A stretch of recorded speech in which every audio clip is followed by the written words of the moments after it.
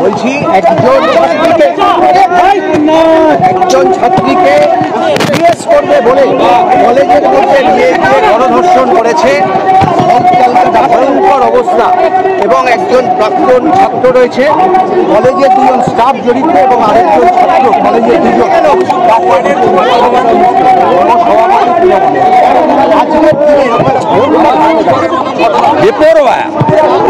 বেপরোয়া হয়েছে, এর জন্য পুলিশ দায়ী। মনোজ বার্মা, বিনীত গোয়েল, রাজীব কুমার দেখুন সব কি করছে গিয়ে ওখানে। কলকাতা পুলিশকে তো পুরো নিয়ে চলে গেছে দীঘাতে, লোক তো নেই দীঘায়, জামা খুলিয়ে পুলিশকে দিয়ে হাঁটাবে। এই রাজ্যের মুখ্যমন্ত্রীর চেয়ারে থাকার যোগ্যতা নেই। আমরা ইস্যু টেক আপ করছি এবং খুব বড় জিনিস হবে, বড় হবে। আজকে আমরা কসবার ল কলেজে যে ঘটনা ঘটেছে, যেখানে আমাদের একজন স্টুডেন্ট, তাকে তৃণমূল ছাত্র পরিষদের নেতা এবং সেই কলেজেরই আরও তিনজন মিলে গণধর্ষণ করেছে। আমরা শিউরে উঠেছি কথাটা শুনে, কারণ ঘটনাটা আরজি করের অভয়ার খুন আর মার্ডারের 10 মাসও পেরোয়নি, আজকে আরেক বোন আরেক অভয়ার এই গণধর্ষণ। ঘটনা ঘটেছে বুধবার, আজকে হলো শুক্রবার। আজকে ঘটনাটি সামনে এসেছে, তার মানে কি মমতা ব্যানার্জি আপনার পুলিশ প্রশাসন আবার ধামাচাপা দেওয়ার চেষ্টা করেছিলেন? আজকে কলেজে গেলে মেয়েদেরকে ধর্ষণ করা হচ্ছে কলকাতার বুকে। আজকে কোন ভরসায় বাবা মারা তাদের ছেলে মেয়েদেরকে পাঠাবে কলেজে? কোন ভরসায়? আজকে সেখানে তৃণমূল ছাত্র পরিষদের নেতা, সেই কলেজের প্রাক্তন প্রেসিডেন্ট তৃণমূল ছাত্র পরিষদের মনোজিৎ মিশ্র অ্যাকিউজড, এবং আরো দুজন সেই কলেজে কি করছিলেন? শোনা যাচ্ছে এই মেয়েটিকে বলা হয়, টোপ দেওয়া হয়, তাকে জিএস বানানো হবে, এবং জিএস যদি হতে হয় তাহলে মনোজিৎ বলে আমাকে বিয়ে করতে হবে। সেই মেয়েটি যখন বলে না আমার বয়ফ্রেন্ড আছে, আমি বিয়ে করতে পারবো না, তখন মেন গেট কলেজের তালা দিয়ে দেওয়া হয়। তারপর মেয়েটিকে জোর করে গার্ড রুমে এনে মনোজিৎ মিশ্র, যার তৃণমূলের নেতাদের সাথে ছবি আমরা ইতিমধ্যেই দেখতে পেয়েছি, মানে বোঝা যাচ্ছে সে তৃণমূলের নেতাদের নেত্রীদের কত কাছের, ওই মেয়েটিকে উলঙ্গ করে তাকে গণধর্ষণ করা হয় এবং তার ভিডিও তোলা হয়। ভিডিও তোলার পর বলা হয় যদি বাইরে বলো তাহলে এই ভিডিও এক্সপোজ করে দেওয়া হবে, লিক করে দেওয়া হবে। আজকে কালীগঞ্জে আমরা দেখলাম ছোট্ট তামান্না, তাকে বোম মেরে দেওয়া হলো। কারা বোম মারলো? টিএমসির নেতা কর্মী 5 জনকে ধরা হয়েছে, 5 জনেই তৃণমূলের। মানে বোঝা যাচ্ছে যে তৃণমূল জয়েন করতে গেলে, জয়েন করার পরে ছোট নেতা যদি হন, ছোট, তাহলে আপনি বোম মেরে মানুষকে মারবেন। একটু বড় নেতা যদি হন তাহলে মহিলাদেরকে, সে ডাক্তার হোক আর পড়ুয়া হোক, আমাকে বিয়ে করতে হবে, তা না হলে উলঙ্গ করে ভিডিও তোলা হবে, নয়তো ভিডিও এক্সপোজ করে দেওয়া হবে। বাহ! মমতা ব্যানার্জি, আপনার বাড়ি থেকে কয়েকশো মিটার দূরে, আপনি কি রিয়েলাইজ করেন আজকে রাজ্যের ল অ্যান্ড অর্ডার আপনি কোথায় নিয়ে গেছেন? সমস্ত পুলিশকে আপনি দীঘাতে নিয়ে চলে গেছেন আপনার ফুর্তি করার জন্য, আর এইখানে এই সব ছেলেদের, এই টিএমসির নেতারা, কর্মীরা, যাদেরকে দিয়ে টাকা তোলা হচ্ছে, জীবনে কোনোদিন কলেজের ইলেকশন হয় না, আর এই সব রেপিস্ট আর খুনিদের আপনারা টাকা তোলার কাজে লাগান। মুখ্যমন্ত্রী, আপনি একজন, আবার করে প্রমাণ করে দিলেন আপনি কতটা ব্যর্থ। একজন মুখ্যমন্ত্রী, কতটা অপদার্থ একজন মুখ্যমন্ত্রী আপনি আরেকবার প্রমাণ করে দিলেন। এবং আপনার ওই সিএম এর চেয়ার, চিফ মিনিস্টার চেয়ারে বসার আপনার কোনো নৈতিক অধিকার নেই। আজকে সন্ধ্যাবেলাতে সারা সন্ধ্যে থেকে রাত অবধি আজকে ধর্ষণ হয়েছে, কই কলেজ কর্তৃপক্ষ এফআইআর করেনি তো? 2 দিন চলে গেছে, 48 ঘন্টা। ঠিক যেরকম আমরা আরজি করে দেখেছিলাম কলেজ কর্তৃপক্ষ এফআইআর করেনি, চাপার চেষ্টা করছিলেন।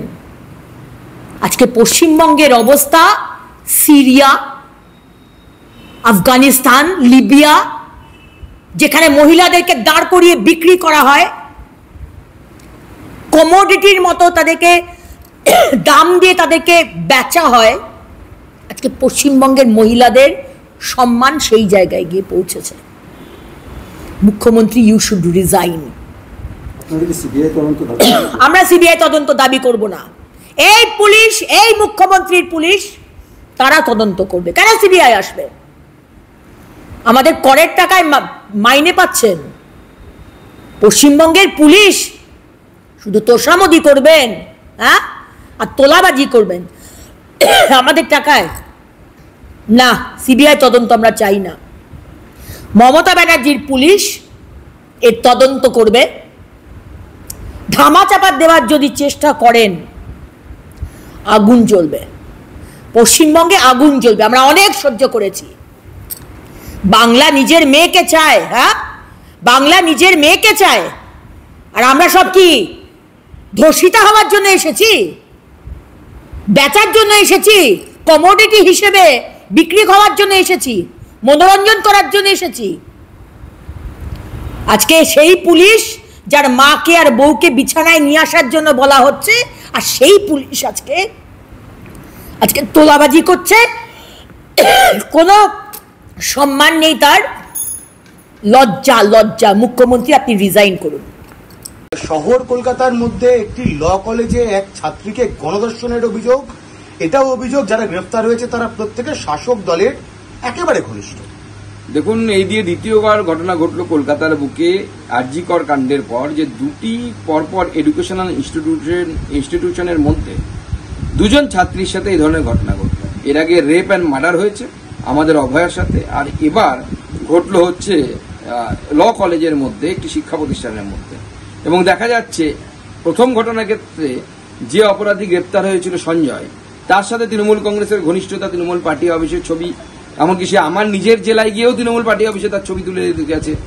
আর তার সাথে সাথে এই যে আজকের যে ঘটনা আমাদের সামনে এলো, যে শিক্ষার্থী রেপ হলেন, তার রেপ কেসে যারা অ্যাকিউজ, যাদেরকে এখনো পর্যন্ত ধরা হয়েছে, তাদের মধ্যে শোনা যাচ্ছে একজন তৃণমূল ছাত্র পরিষদের নেতা, বাদবাকিরা তৃণমূল কংগ্রেসের অত্যন্ত ঘনিষ্ঠ বিভিন্ন মন্ত্রী নেতা, তাদের সাথে ছবি।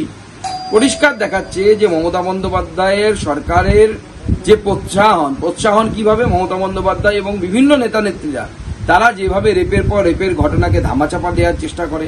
বিভিন্ন ধরনের মন্তব্য আসে যে এই মেয়েটির সাথে ছেলেটির সম্পর্ক ছিল, অবৈধ সম্পর্ক ছিল, মেয়েটি প্রেগনেন্ট ছিল। কোনো সময় এই ধরনের মন্তব্য আসে সেই পার্ক স্ট্রিট কাণ্ডে।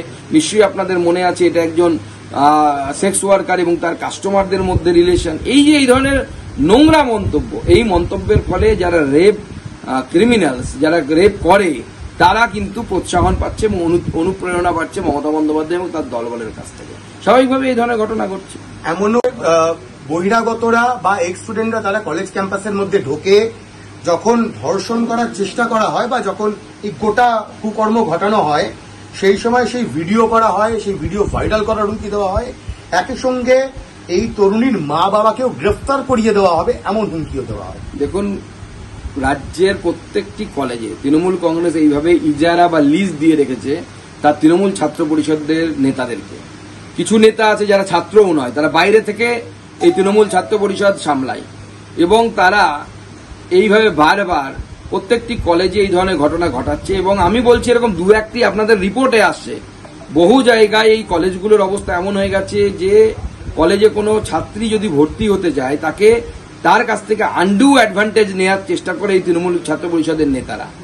এবং আমি গার্জেনদেরকে বলছি, সাবধান হয়ে যান। আপনাদের মেয়েদের সাথে যদি এই ধরনের ঘটনা ঘটে, আপনারা সামনে এসে সাহস করে বলুন আমরা সেই তৃণমূল ছাত্র নেতাদেরকে দেখে নেব তাদের কত বড় ক্ষমতা এবং তারা কিভাবে গার্জিয়ানদেরকে অ্যারেস্ট করানোর ভয় দেখায়।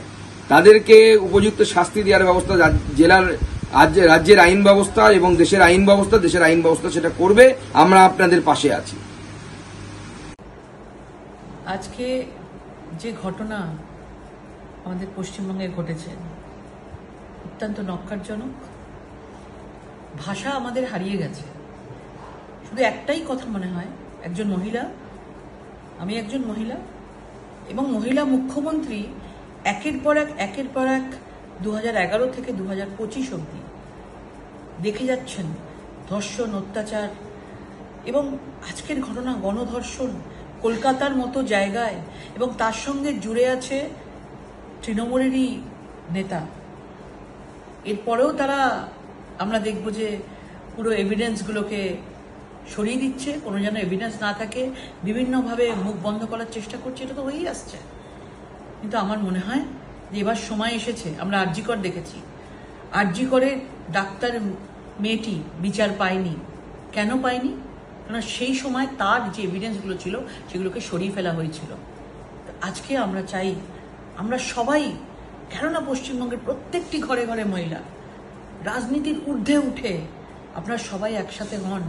আজকে ওর সাথে হয়েছে, কালকে আপনার সাথে হতে পারে, আমার সাথে হতে পারে, আমাদের পরিবারের ভবিষ্যতের যারা নতুন নতুন ছোট ছোট বাচ্চারা আছে তাদের সাথে হতে পারে। এই জিনিসকে রাজনীতির জন্য আমরা চুপ করে থাকতে পারি না। সবাই একসঙ্গে আওয়াজ তুলুন এবং আমরা চাই এর কঠোর থেকে কঠোরতম শাস্তি হওয়া উচিত। যদি মমতা বন্দ্যোপাধ্যায় এর শাস্তি না দেয় তাহলে সবাই আমরা একসঙ্গে রাজনীতির ঊর্ধ্বে উঠে, ধর্মের ঊর্ধ্বে উঠে আমরা সবাই রাস্তায় নামবো, সবাই আওয়াজ তুলব।